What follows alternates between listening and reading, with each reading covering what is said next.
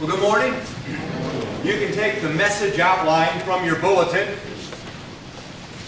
We are in a series, Managing My Mind.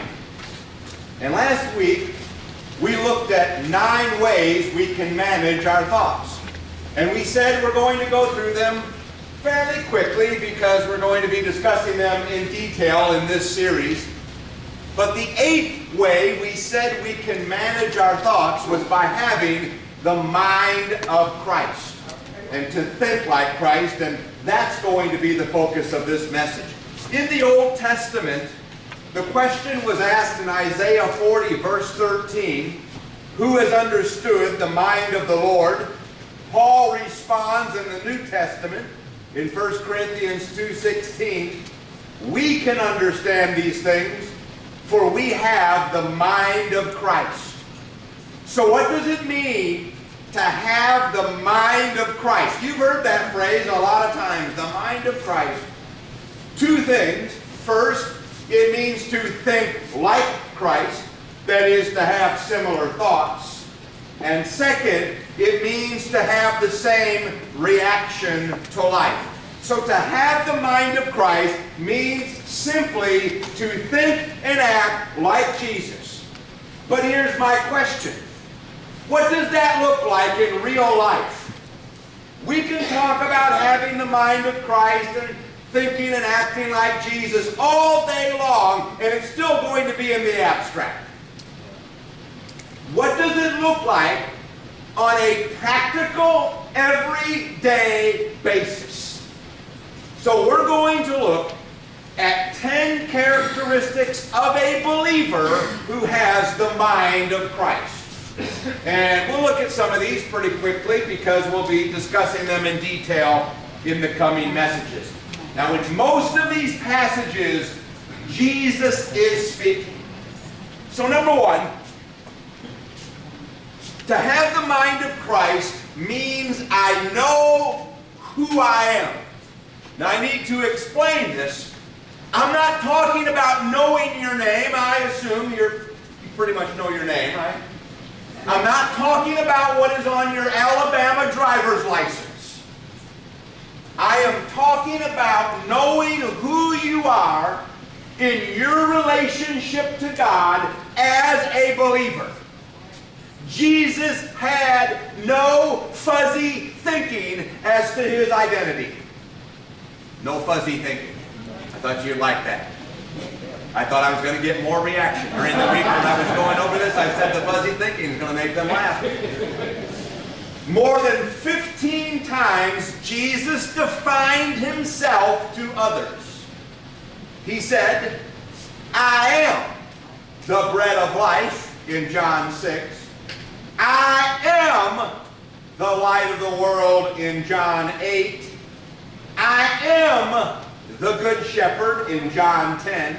I am the resurrection and the life in John 11. I am the way and the truth and the life in John 14. I am the true vine in John 15. I am the Messiah in Mark 14. He had no doubt about his identity and his relationship to the Father. Books have been written, documentaries made that, well, maybe Jesus wasn't exactly sure who he was. That's not true. So why is this important to us? If you don't know why God put you here, then you are in danger of falling into any one of a number of traps. First, other people will manipulate you and force you into their mold and make moral and value decisions for you. Second, you will live somewhat of a phony life because you're really not sure why you're here. And third, your stress will increase because you have no real defined direction in life. And so to have the mind of Christ means that we know who we are in terms of our relationship to the Lord as a believer. And then two, to have the mind of Christ means I know why I'm here. I know why I'm here. Jesus knew why he was here and what he was supposed to do in terms of his spiritual purpose. Now, I'm not talking about his work for 30 years as a carpenter, and I would imagine they made some pretty good chairs down at the Jesus carpentry shop. What do you think? They probably would last longer than the ones you get at other places. They didn't put fake nails in them, you know. They put the real thing in there. In Luke 2:49, Jesus is at the age of 12. He was left at the temple. His parents left without them. Now that may seem rather shocking in American society. That's because we all go somewhere in our own cars. Back then, families would walk together down the road. There would be 50, 60 people together. So it wasn't unusual that Jesus was left behind. They didn't call, protective services or anything. You call them now, but back then they didn't call them. This is what he said, 12 years old, I must be about my Father's business. Young children understand the meaning of life earlier than perhaps sometimes we think. Don't hesitate to allow your children to participate in spiritual activities at an early age. Amen. And it's beautiful to see the children come up for children's church, to think about the parents, the grandparents who brought them. It's so beautiful that you are making this effort, that your children are here at a young age to participate in spiritual activities. And it's great knowing that they are in the back learning important lessons on their level. In John 6:38, Jesus said, I have come down from heaven not to do my will, but to do the will of him who sent me. So Jesus was crystal clear about why he was here to do the will of the Father. When you understand that your main purpose is to do the will of the Father, then you too have the mind of Christ. Amen. That's what it means to have the mind of Christ. I know why I'm here. I know the basics of what I'm supposed to do. Now, the Lord isn't going to tell you to do what to do at 1:10 p.m. But we're talking about the basics that we need to live, serve him, and please him. And then 3, to have the mind of Christ means I am aware of God's constant presence. Constant presence. I'm aware of God's constant presence. In John 16:32, Jesus said, you will leave me all alone, yet I am not alone, for my Father is with me. Having the mind of Christ means we are able to grasp the concept that even when we are physically alone, we are not totally alone. And what you need more than anything else to stay aware of God's constant presence is the daily habit of prayer. Amen. So in Luke 5:16, Jesus often slipped away to be alone so he could pray. You know what's interesting? Is no matter how busy Jesus was, he stayed connected to God through prayer. Would you circle the word often? What does often mean? More than once in a lifetime, I know that. Once in a lifetime would not be often. Often means a regular habit. So perhaps your day, from at least a spiritual perspective, will go a little better if occasionally you slip away for prayer. From a spiritual perspective. A long time ago, there was a fellow by the name of Blaise Pascal, and I know you probably have read his writings just for fun. He was, I don't know when he was born, 16 something. 16, did I have it on the outline? Like 16, 20 or something like that. And I don't know when he passed away, it doesn't matter. Born in the 1620s. He was a French mathematician, and back in the 17th century, a lot of these guys brought philosophy into whatever they were specializing in. But he was a pioneer in calculating machines, And one reason why we have desktop computers and laptops and iPads and iPhones and Samsung Galaxies is you can thank old Mr. Blaze. So here's what he said. I like this. This is great. All of humanity's problems stem from man's inability to sit quietly in a room alone. There's truth to that, because Psalm 46:10 says, "Be still and know that I am God." And I, as an American, believe that's the most difficult promise in the Bible. So take time to be reflective of God's presence. And if we will do that, then we will be aware of His constant presence. And then 4, to have the mind of Christ means I carefully choose my words. Ooh, now we're getting practical. This is John 12:49. This is Jesus. I have not spoken on my own. Instead, the Father who sent me told me what I should say and how I should say it. Jesus said, I don't speak without thinking. I don't run off at the mouth. I ask God to help me to have the right words. Do you? Now, I'm not saying you're asking God to give you an exact sentence to say, but do you ask the Lord to help you manage your mouth? If we all managed our mouths in a really good way, do you think there's a possibility that that could reduce conflict in our lives? Is conflict created sometimes because we have unmanaged mouths? Controlling your speech is what it means to have the mind of Christ. Then 5, to have the mind of Christ means I don't worry about pleasing everyone. Understand that you can't please everyone. Not even Jesus could. And I always figured, you know, if you were perfect, like everybody would just wrap around you and love you all day long. Not so. Not even Jesus pleased everyone. But Jesus was never manipulated by the crowds or by the approval or disapproval of anyone, because he lived for an audience of one. Now, I need to understand the context of this is important.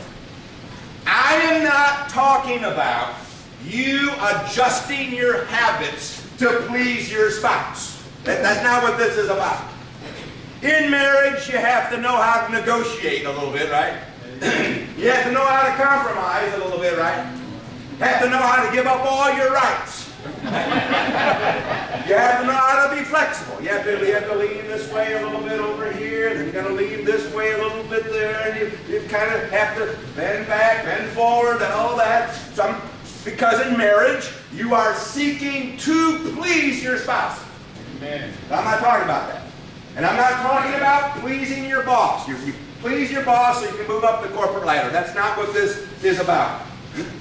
I am saying that you can't let other people set your moral agenda or your spiritual life goals. There's only one person who sets the moral agenda and your spiritual life goals, and that's the Father in heaven. And so in John 5:30, Jesus said, I don't try to please myself. I try to please the one who sent me. And if you follow this principle, you're going to have a lot less stress. If you don't follow this principle, you'll have a lot of stress.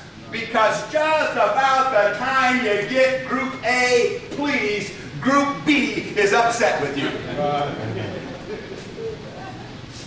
Don't seek moral validation from other people.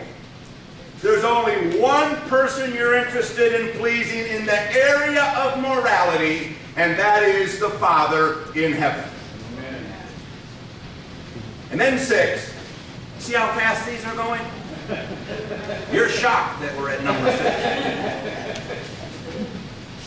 To have the mind of Christ means I made you write in. I don't know why I made you write all of this in, but I guess I did. Means I depend on God's inner strength more than my own. To have the mind of Christ means I depend on God's inner strength more than my own. John 5:19.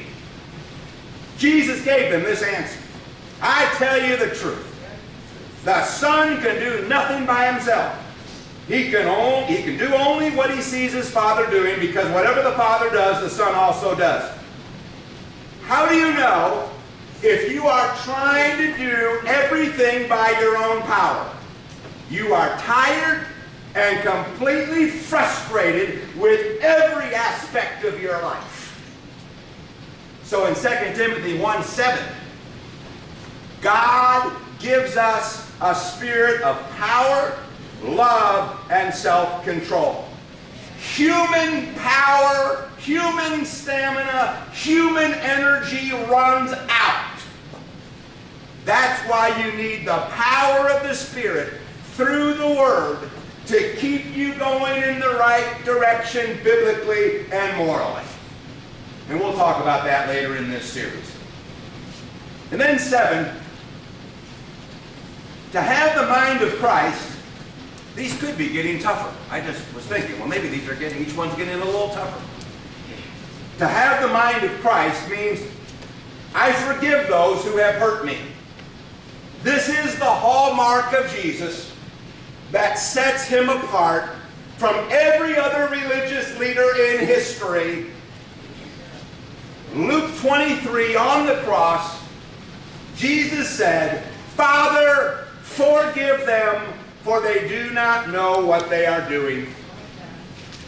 So to think like Jesus and have his attitude means I have a willingness to forgive those who have hurt me. So who has hurt you the most? Who are you holding a grudge against? When you hold on to a hurt, remember that you are hurting yourself the most. And you have to be willing to forgive. Not because they deserve it. And not for their benefit. But for your own benefit. Amen. Because you have been forgiven by God, and you need to get on with life by releasing them from their judgment. This is not easy to do in a lot of situations. Amen. Amen. People have been through tough things. How do you handle abuse as a child? You had no control when you were 5, 6, 7 years old. Everything in your life was controlled by your parents, your guardians, whoever was watching over you. People have gone through horrible, terrible things. And to be able to forgive can be something very, very difficult to do. But when we refuse to forgive, the danger is that it turns into resentment. And resentment is not a good thing. Resentment is kind of like, being resentful is kind of like drinking poison, expecting it to kill the other person. That's what resentment is. I don't like you and I resent you, and I'm going to hurt you, and I'm not hurting them. Your resentment isn't hurting them. They're probably out at what's the Longhorn.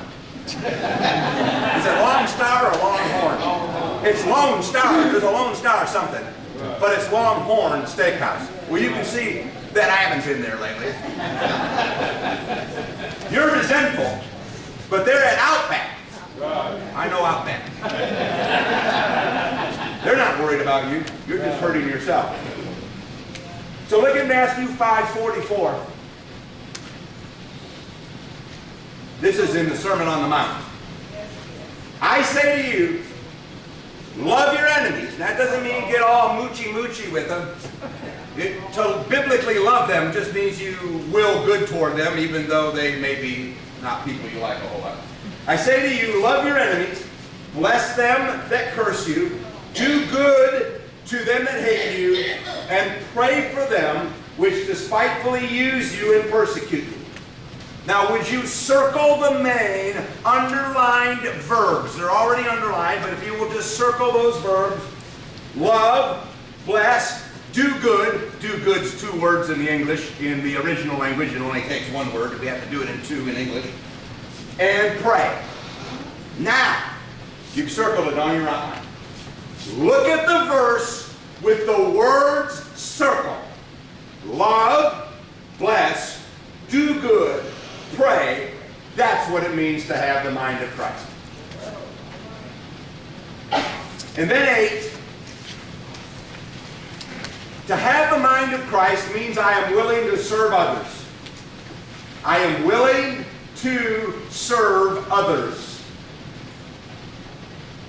In Mark 10, verse 45, even I, the Son of Man, came not to be served, but to serve others, and to give my life as a ransom for many.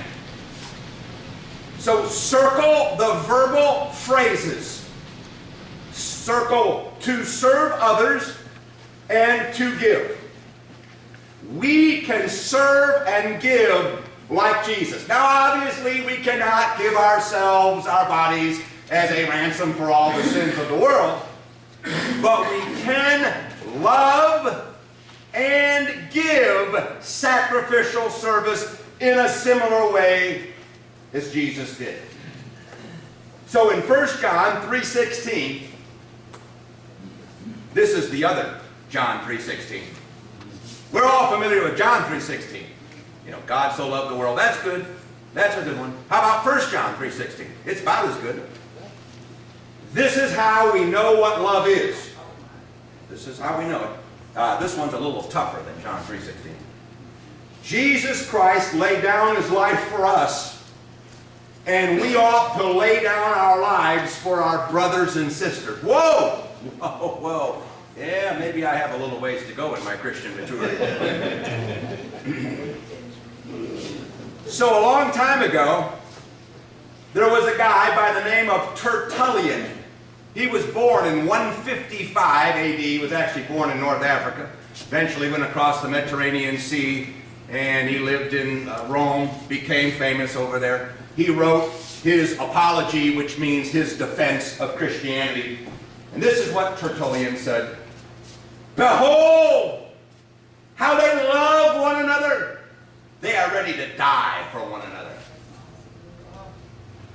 About a century later, there was a fellow by the name of Eusebius. He is sometimes referred to as the first church historian. In about 300 AD, he wrote a history of the first 3 centuries of the church. His works have survived. Tertullian's, not all of his works survived, but all of Eusebius's works survived. And this is what Eusebius said as he was describing Christians. In a time of plague, there's one of those going on now. Coronavirus. Hope it doesn't get spread around here. In a time of plague, they visited one another, and not only hazarded their lives, but actually lost them in their zeal to preserve the lives of others. That's in his ecclesiastical or church history. But I was going to say something about Eusebius. Well, all right, I'll say it anyway. Here's the downside of Eusebius, okay? I understand he lived in 300 AD and wrote this history. You know what Eusebius's problem was? Is he had no concept of New Testament Christianity or the structure of the New Testament church. He thought that the church as it had developed in the 4th century, where you had a bishop over multiple congregations that would eventually develop into what is known as the diocese, he thought that that's the way Christianity had been from the beginning. So that's kind of my hang-up with Eusebius. Okay, I just threw that in. That was just so you know, because you get quotes from these guys and they sound like, oh, they were perfect and they were walking on clouds and everything. They didn't have any more knowledge than you and I do. So to have the mind of Christ means I'm willing to serve others. And then number 9, to have the mind mind of Christ means I want to do God's will more than my own. Yes, I'm going to restate what I said earlier. These are getting more difficult. In John 6:38, Jesus said, I came down from heaven to do what God wants me to do, not what I want to do. What a radical, countercultural statement in today's world. Very few people in general society say, I want to do God's will more than my own. It's a very common statement at this congregation because it's our focus. In John 14:31, Jesus said, the world must know that I love the Father, so I do exactly what the Father told me to do. Do we want the world to know we love the Father? Jesus said it's the reason he did exactly what the Father told him to do. Get this. Obedience is evidence of love. But, and we all have buts, but obedience is not always easy to do. So here's Mark 14. Jesus in the Garden of Gethsemane, the famous prayer before his crucifixion. Abba, Father, he said, the Aramaic for Father, Abba, which Matthew may have originally been written in Aramaic, then in Greek. Abba, Father, he said, everything is possible for you. Please take this cup of suffering away from me, yet I want your will, not mine. You know, I read this for years, but I never thought, well, maybe it has some kind of an application to my life. And I started thinking about it. We all go through Garden of Gethsemane experiences, if you think about it. You may be in a Garden of Gethsemane experience right now. You may be experiencing the Garden of Gethsemane in your finances. You may be experiencing the Garden of Gethsemane in a relationship. Maybe a divorce. You may be experiencing the Garden of Gethsemane in a health-related issue. It is okay for us to pray the Garden of Gethsemane prayer for ourselves. Amen. It is appropriate for us to pray this prayer. So I've got it broken down into 3 parts. You knew it was going to have parts. Part 1 is faith. It's okay to pray and say, Lord, I know everything is possible for you. I know, Father, that you have the power to change my financial situation, or a health situation, or a relationship situation. But, Father, at least can you keep my faith strong in the middle of it? Part 2 is asking God for help. Please take this cup of suffering away from me. Did you know that it's okay to ask God for a certain condition to exist in your life that's pain-free? Amen. I understand he's God, but he's man now.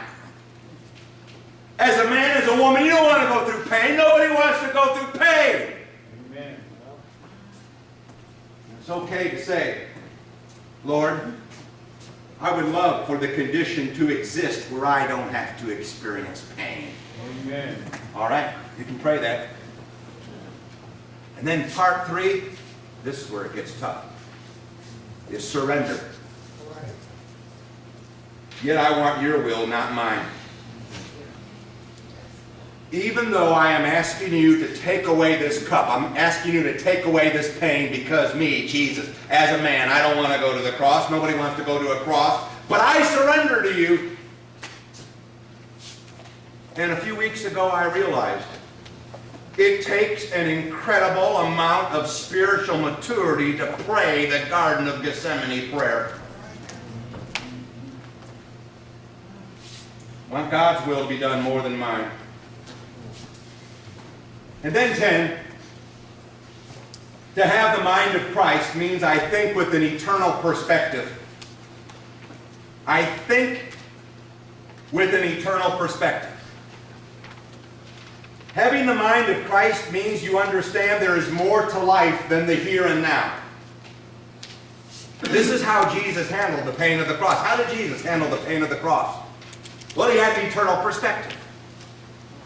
And in Hebrews 12:2, who, for the joy set before him, endured the cross.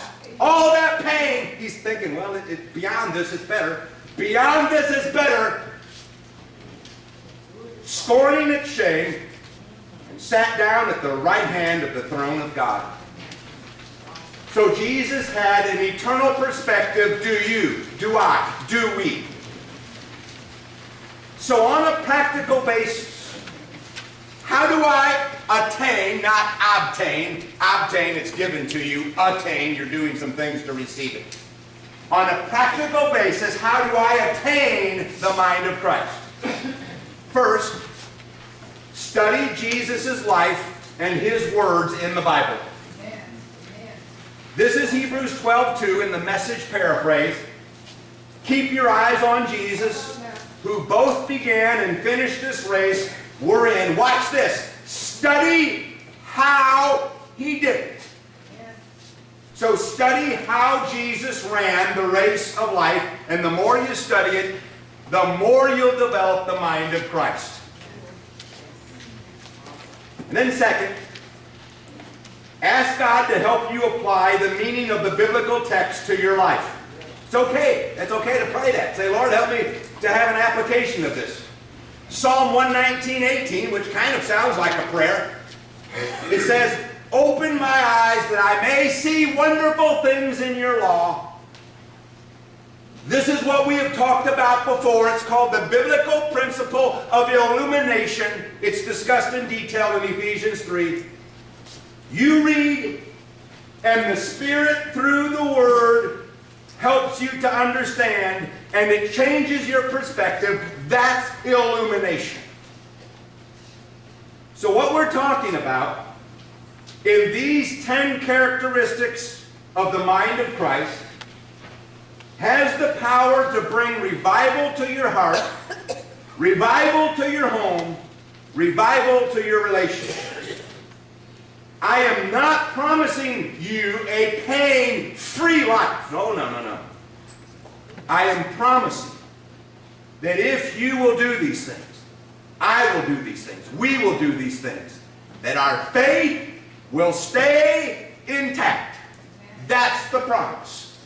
There is no pain-free promise in the Bible. Oh, believe me, I've looked. I even looked through those books that they didn't put in the Bible. I went through the Apocrypha and the Pseudepigrapha. That's a strange name because it has the word pig in the middle of it. Couldn't find it in those either. Even those guys, they didn't put it in there because they knew no one would believe them. What the promise is that God is going to sustain your faith. That's the promise. He will give you the inner strength to hold on no matter what. So 10 characteristics of the mind of Christ. We can be working toward these and keep working toward them and becoming more mature in them on a day-by-day basis. I'd like to close with a word of prayer. And sometimes when I'm doing the outline, I feel a prayer. Other times I don't feel a prayer. So some of the outlines don't have prayers at the end of them. It's something you can't just kind of force yourself to do. But I like to pray the prayer that is at the end of the outline, if you will bow with me. Father, I thank you for the Port City Church family. I pray that you will raise up a new generation of believers who think like Jesus. In the world, people have been darkened by sin, sadness, sorrow, and secularization. The church needs people thinking like you. Only changed people can change the world. Start with this congregation. Transform my mind through my willingness to submit to your word. I want to have the mind of Christ through humble obedience and courageous faith. I want to make a positive difference in the world. Help me to have a clear identity of myself so I can clearly see I am here to love you and love people. I want your values to be my values. My goal is to focus on the things that will last forever. In Jesus' name, amen. Amen. If you have a need, Let us know while we stand and sing.